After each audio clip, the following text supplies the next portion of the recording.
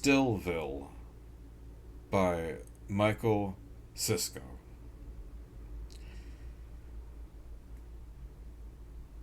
I didn't want to think of it as Stillville, but the name forced itself on me.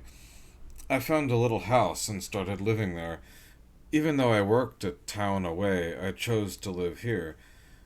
Even though the house was more expensive and less convenient than an apartment near my place of work would have been, I chose the expense and the trouble. The price had not been especially high, but it was dear at my income. The house was not entirely sound when I bought it either. I knew nothing of home repair at the time. Living here compelled me to learn. I patched up the leaks in the roof. I replaced the windows in the back. I had to tear everything out of the backyard. For a time, it wasn't clear whether or not I could keep the garage. In the end, I did. It's standing out there now. I can see it through the rear window. When I turn my head, I can see the street out the front window. There's the house across the street, the tree, the parked station wagon, centered between the mailbox on one side and the driveway cut on the other side. It's as reliable as a painted mural. Above the street, the daytime sky alternates with the nighttime sky, and clear skies alternate with cloudy skies. Lights are turned on and off, but otherwise the scene is the same. Sometimes the station wagon is gone. Sometimes there are no leaves on the tree. The stillness that brought me here never wavers, though when I go to work, driving into that other town, I can see right away that the buildings and streets, parked cars and trees aren't really still. They aren't incapable of motion, they only withhold their motion. They are trembling coils, poised with the momentary immobility of a snake about to strike.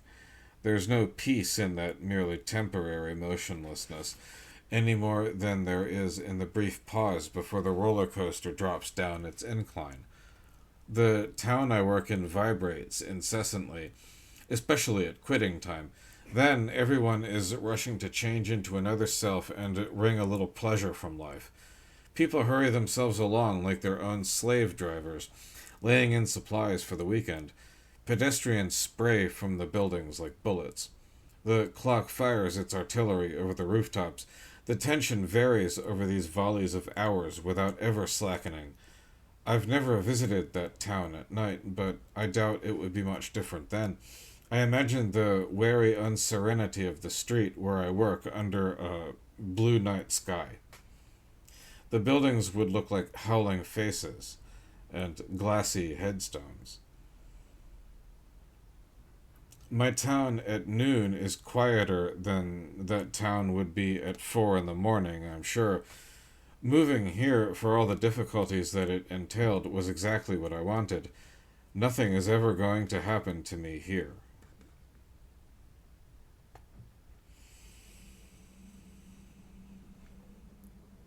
Something is happening to me. I'm becoming more still. I'm undergoing the phases. Outwardly, just like everyone else here, I move. Of course, I move. The stillness is within. It grows inside me here. The same way it has for everyone else. It's active and in motion. All that activity and motion, though, arises from it and subsides back into it. There's no tension at all. There's no sense of lying in wait, no ambush, no waiting, really. It would be more accurate to say everything becomes a form of waiting.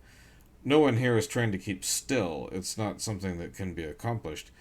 I can see there's something off about the idea that I would fixate on being still and then become still, because that would mean moving into a state of motionlessness, which makes no sense. The idea is the reverse.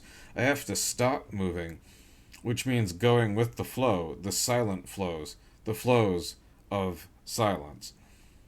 Then I will be safe, right in the heart of the vaster current of time, carried along, motionless. No more learning. No need for concern. Asking for nothing to happen is like slamming on the brakes on a busy highway. If I really want nothing to happen, I have to siphon into one of the many eddies in the ribbon of events. Then I could glide frictionlessly from each instant to the next, let them mesh and blur into one perennial, muted outpouring of fraught color and jangled, senseless noise. Even all the trouble I had to take fixing up my house, wrangling with the bank, which was situated in the same town, was less and less disturbing. It was as if patching up the house were bringing it into closer accord with its surroundings. I had to see my house from the perspective of the town as a whole in order to integrate it, which made me a sort of unwitting agent for the town. This required a realignment of my thoughts, too. It would be more accurate to say that I had to change my way of thinking. My house was part of the bank of a river of quiet. My repairs were made slowly and with as little noise as possible. After I'd finished, the house looked no different, inside or out. It was important that it be unchanged on the inside, because this isn't a question of superficial appearances.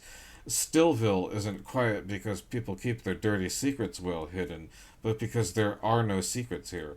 There are no hiding places or reasons to use them, unless the whole town could be considered a hiding place.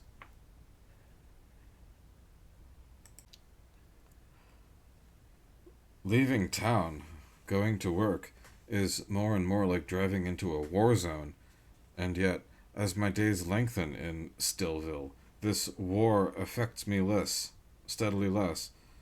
Lately, I've simply found myself at work. I went there without noticing it. The tedium and frustration of my commute is gone.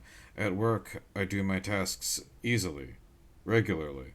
Once I suffered for this job. I created patterns of work which helped to ensure that I didn't overlook anything or miss deadlines.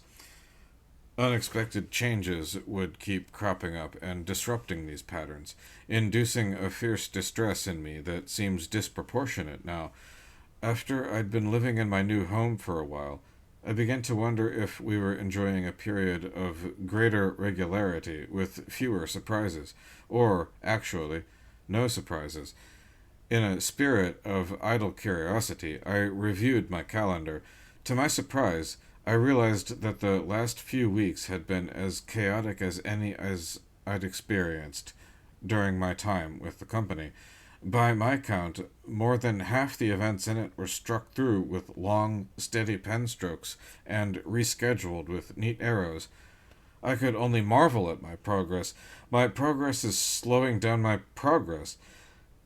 Days that at one time would have wrung me out would have had me raving to no one in my car as I drove to and from work, and left me fuming as I lay down to stare at the ceiling at night in lieu of sleeping, had passed me by in silence. No more of that. Less and less, and then no more. I carry the quiet, without magic or any effort, everywhere I go. I neither acknowledge nor avoid my neighbors. I am aware of them, as I'm sure they are aware of me. We grow in awareness of each other. This awareness depends on our being still. When I sit in my living room, I am aware of my neighbors all around me, sitting in their living rooms. When I pad silently upstairs to my narrow bed and lie down, I am aware of them lying on their narrow beds around me, like so many figures hovering in space, all the same distance above the ground.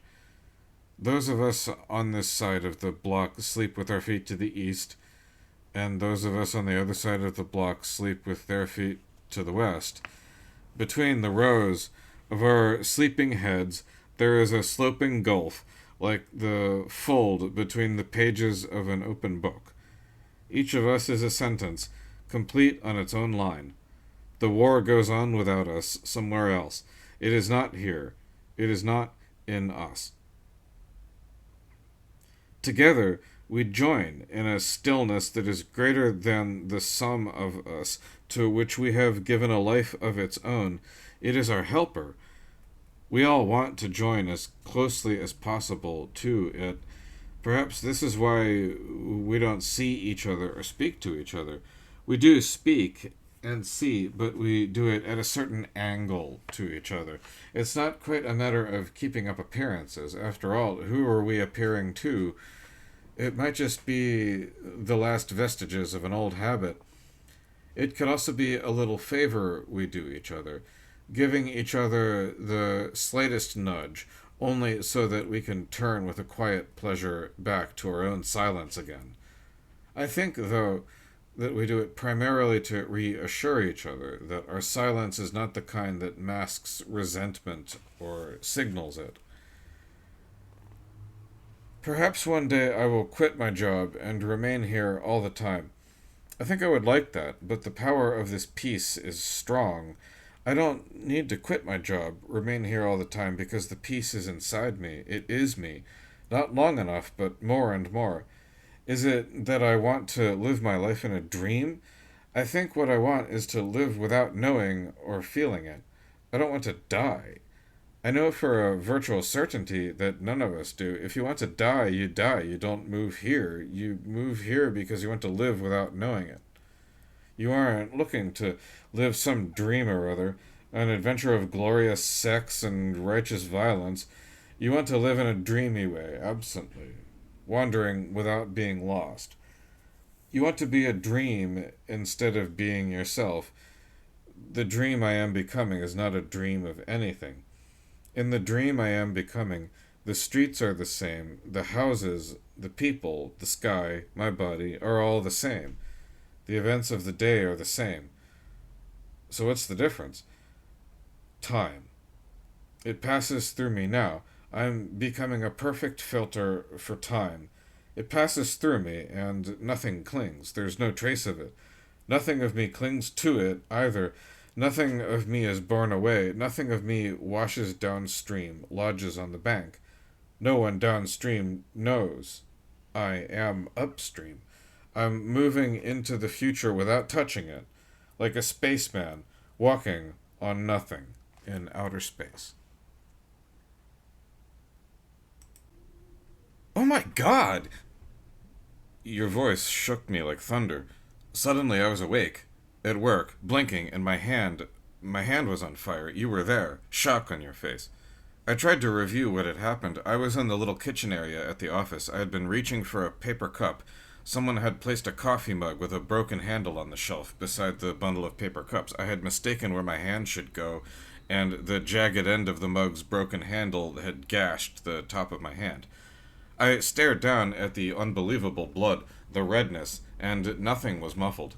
You were there. You had been working with me for months, and I never paid you any particular attention before. Now you were sympathetically helping me, leading me unresisting into the women's bathroom with some words of warning as we came in.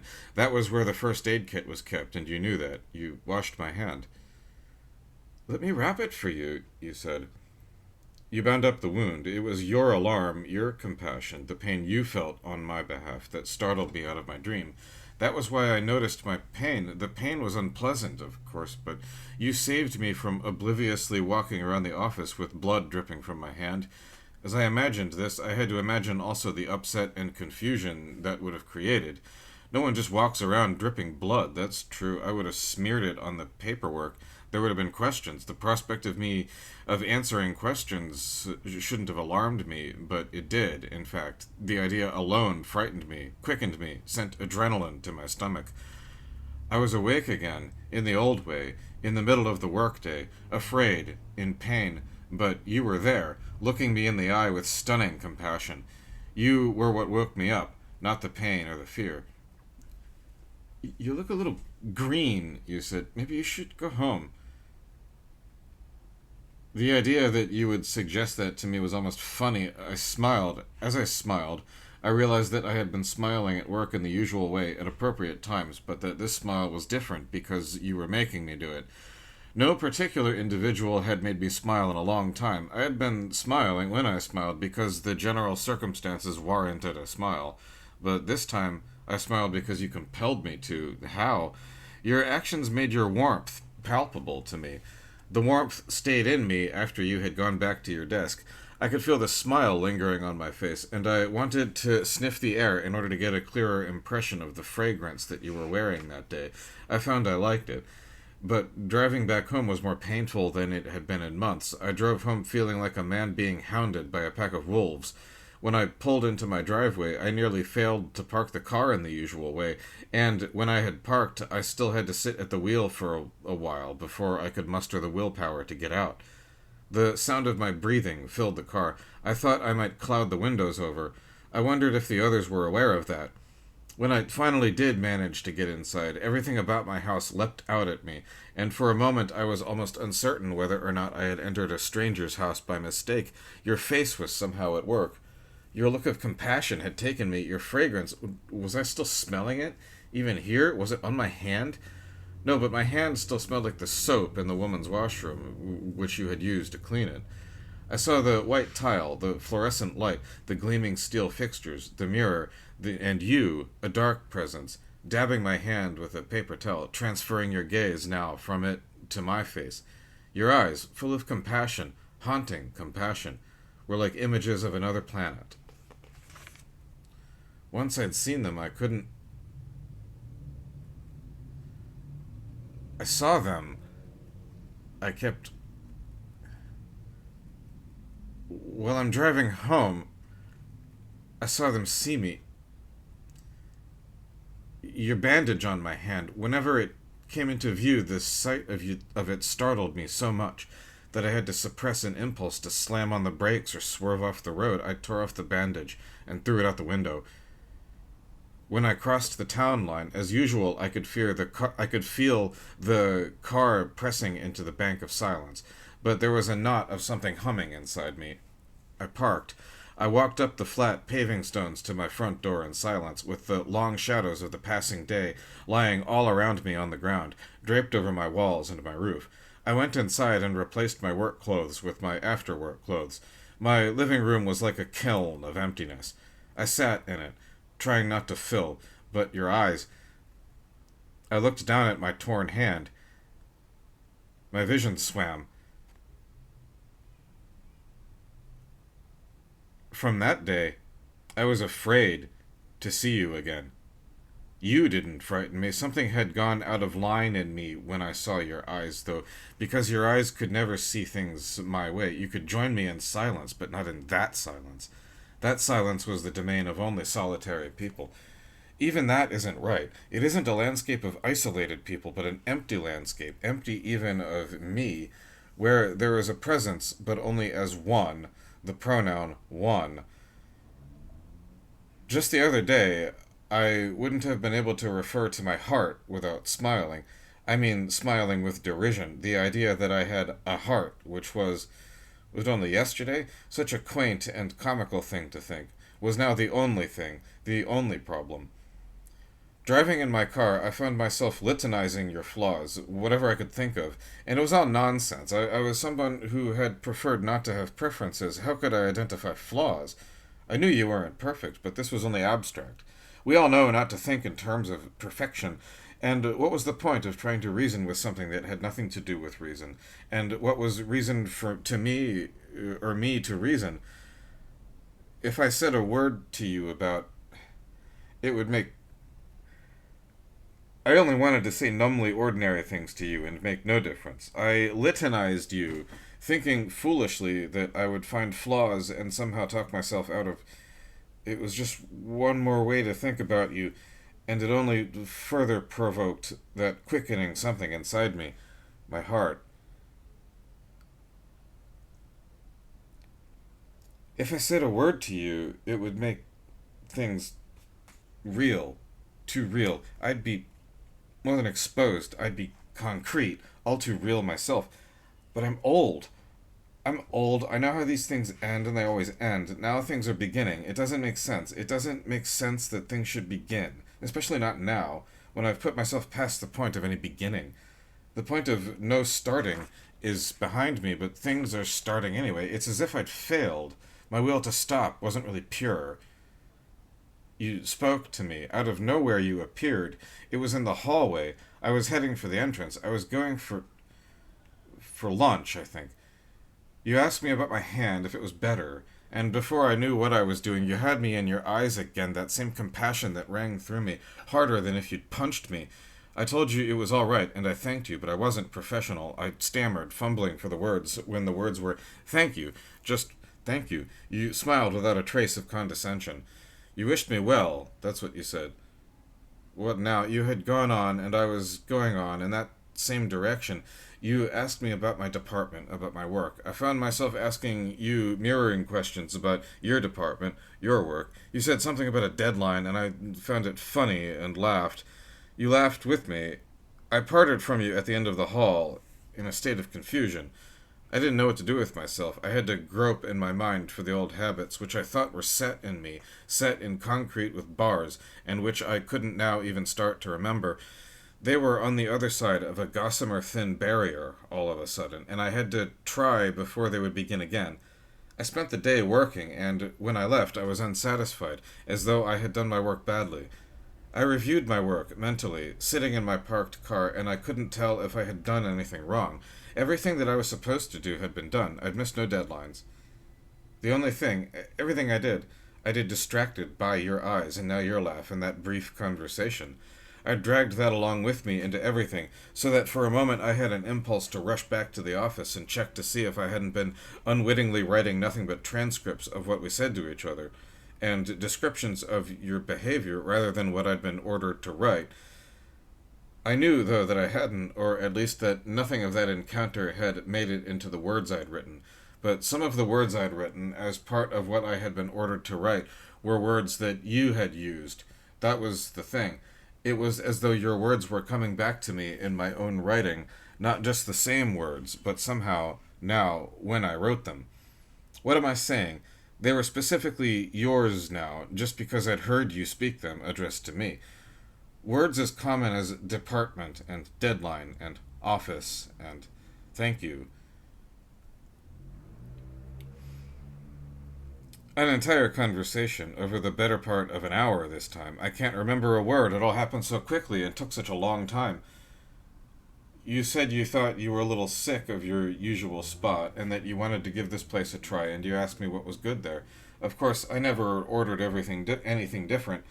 I found myself speaking to you, and you listened, holding me with your eyes, as I said things to you, ordinary enough things, and I was not voluble at all, but something inside me was growing wild.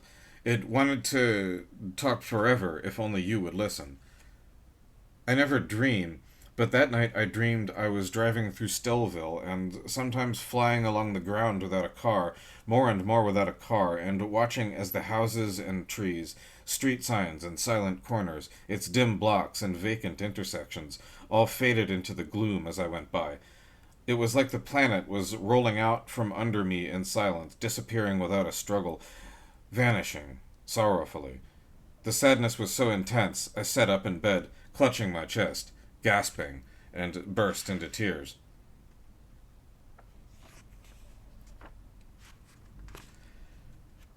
I realized that I was going to say something to you the next time I saw you. It was as if a voice had said, "It's going to happen." I felt my hands turn to ice and my temples began to pound. "It's going to happen." I was sitting in my living room, vacancy churning all around me, and I couldn't sit still. Something grabbed my right hand and wrung it out hard. My left hand. I stared at my hands, the one needing the other, and for a moment I thought I would burst into tears again. I stood and went to the window. I saw the street, everything in its accustomed place, and over the roof of the house opposite I could see the remoter lights of the main street shining up into the murk, like fixed and impassive stars. So then, I called on the stillness and asked it to still you. I turned from the window feeling hollow again, but uncertain, agitated, not knowing what I'd done. There was nothing else I could do, or could have done. I released myself, followed the pattern, went to bed. What's done is done. Although I had no reason to expect it, I did sleep.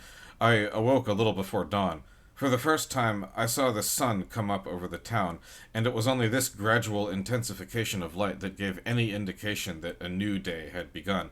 I wondered if the town had somehow miraculously depopulated during the night, leaving me inexplicably alone. Nothing stirred. There was certainly no dawn chorus, no whir of traffic, no sound at all, not even wind. What's done is done. I had the impulse to clap my hands or to make some other sudden noise just in case I had mysteriously gone deaf overnight, but I stifled it at once. It wasn't for me to break the quiet. Besides, I had heard the faint noises my feet made on the floor, the indistinct clicks and taps of plates and cups, as I must have eaten something.